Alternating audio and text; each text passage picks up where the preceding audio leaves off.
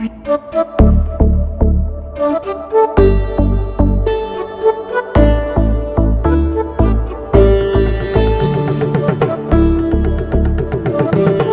Guys, સ્વાગત છે તમારું નવા અને પ્રેસ સ્ટુડિયોમાં।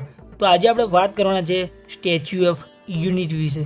સરદાર વલ્લભભાઈ પટેલની ભવ્ય મૂર્તિ બનાવેલી છે અને ત્યાં આપણે કેવી રીતે પહોંચીશું, કેટલું ભાડું થાય છે, રોકાવાની શું સુવિધા છે, જમવાની શું સુવિધા છે અને કેટલા દિવસનો પ્લાન ફરવા માટે બનાવવો જોઈએ એ પણ આપણે આ વિડીયોમાં જોવાના છે। એક વ્યક્તિ દીઠ કેટલો ખર્ચો થાય છે એ પણ આપણે આ વિડીયોમાં જોવાના છે। તો સૌથી પહેલાં આપણે વાત કરીશું સ્ટેચ્યુ ઓફ યુનિટી પહોંચવું કેવી રીતે।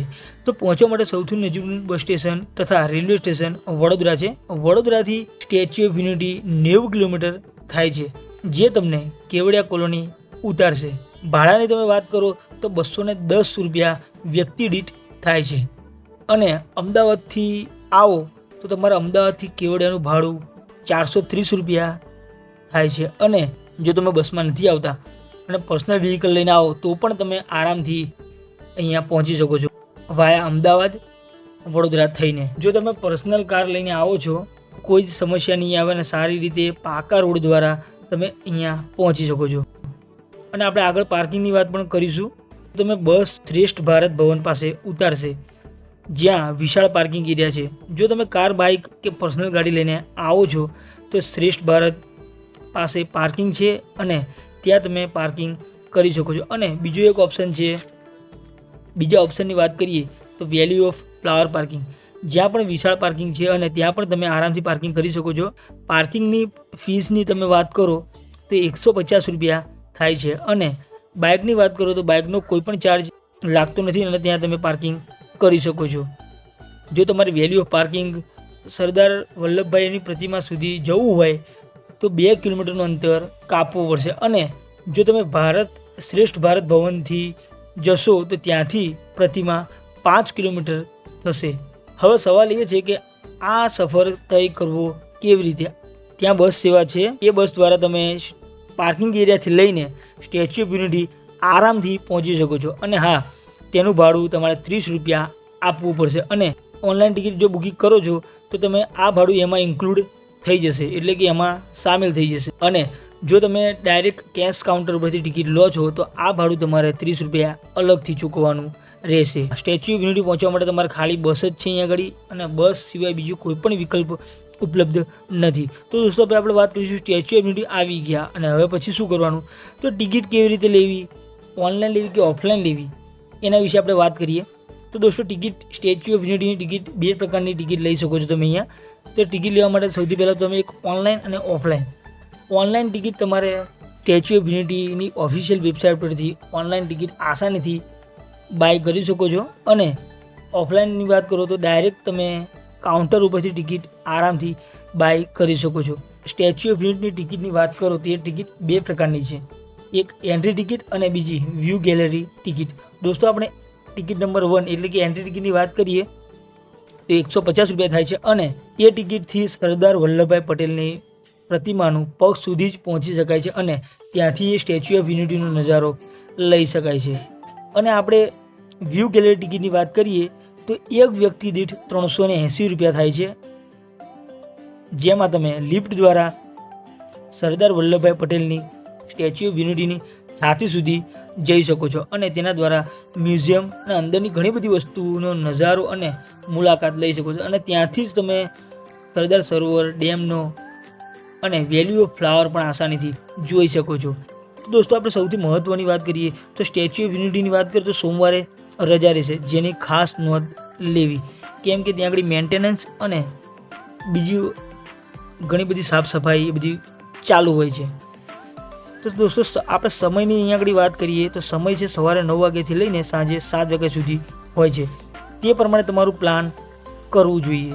જો તમે 9 થી 6 સિવાયના બીજા સમયમાં આવશો તો તમે અહીંયાનો પ્રવેશ નહીં મળે અને તમારા પ્લાનમાં પણ તકલીફ પડશે। સ્ટેચ્યુ ઓફ યુનિટીમાં પહોંચવા માટે સૌથી સારા સમયની તમે વાત કરો તો એમ તો આખા વર્ષમાં તમે ગમે ત્યારે જઈ શકો છો, પણ ખાસ આપણે વાત કરીએ તો ઓક્ટોબરથી લઈને માર્ચ મહિના સુધીનો સૌથી સારો સમય હોય છે, કેમ કે આ દરમિયાન શિયાળો શરૂઆત થઈ જાય છે અને શિયાળા દરમિયાન અદ્ભુત વાતાવરણનું દ્રશ્ય લઈ શકો છો. દોસ્તો આપણે આગળ વાત કરીએ તો કેટલા દિવસનો પ્લાન બનાવવો જોઈએ એ પણ તમારા મનમાં સવાલ હશે. તો જો તમારે statue of unity, Sardar Sarovar, valley of flower અને આસપાસના 2-3 સ્થળની મુલાકાત લેવા માંગતા હોય તો એક જ દિવસ પૂરતો હોય છે, એટલે કે સવારે આવો અને સાંજે ઘરે જાઓ. જો તમારે સ્ટેચ્યુ ઓફ યુનિટીનું સંપૂર્ણ એટલે કે રિવર રાફ્ટિંગ છે, જંગલ સફારી છે, કેવડિયા કોલોની છે અને એની આસપાસ ઘણા બધા સ્થળો છે, એ બધા જ સ્થળોની તમારે મુલાકાત લેવી હોય તો તમારે 2 દિવસનો પ્લાન બનાવવો જોઈએ. સ્ટેચ્યુ ઓફ યુનિટી અને કેવડિયા બંને આરામથી ફરી શકો છો. હવે આપણે વાત કરીએ કે રોકાવું કઈ જગ્યાએ. તો આપણે સ્ટેચ્યુ ઓફ યુનિટીમાં રોકાવા માટે 2 વિકલ્પ છે. એક BRG બજેટ સ્ટે નામની એક જગ્યા છે, ત્યાં પણ તમે આસાનીથી રોકાઈ શકો છો. તો ત્યાંની રોકાવાની ફીસની અગર તમે વાત કરો તો 450 રૂપિયાથી લઈને 500 રૂપિયા સુધી રૂમ મળી જશે, જે તમે આસાનીથી ઓનલાઈન પણ બુક કરી શકો છો અને ઓફલાઈન પણ લઈ શકો છો. બીજા ઓપ્શનની વાત કરો તો ટેન્ટ સિટી, જ્યાં દોસ્તો tent city statue of unity 7 kilometre દૂર છે અને જો તમે ત્યાં રોકાવા માંગતા હોય તો તમારે ઓનલાઈન અથવા ઓફલાઈન ટિકિટ બુક કરવી પડશે. તો વ્યક્તિ દીઠ 2500 રૂપિયાથી લઈને 3000 રૂપિયા સુધી એક દિવસનું ચૂકવવા પડશે. ટેન્ટ સિટીમાં રોકાવું ખૂબ જ મોંઘું છે, જેથી તમને ભલામણ કરવામાં આવે છે કે BRG એટલે કે બજેટ સ્ટે નામની જગ્યા છે, એ જગ્યાએ તમે આસાનીથી અને સસ્તામાં રોકાઈ શકો છો. સ્થળોની ઓનલાઈન ટિકિટ ને ઓફલાઈન ટિકિટ બંને રીતે મળી જશે. તો દોસ્તો આપણે આગળ વાત કરીએ કે જમવાનું શું સુવિધા છે. જમવાની સુવિધાની તમે વાત કરો તો સ્ટેચ્યુ ઓફ યુનિટીમાં જ ફૂડ કોર્ટ નામની એક મોટી રેસ્ટોરન્ટ છે, જ્યાં તમે આસાનીથી જમી શકશો અને જમવાનું ઓછામાં ઓછું 150થી લઈને 200 રૂપિયા સુધી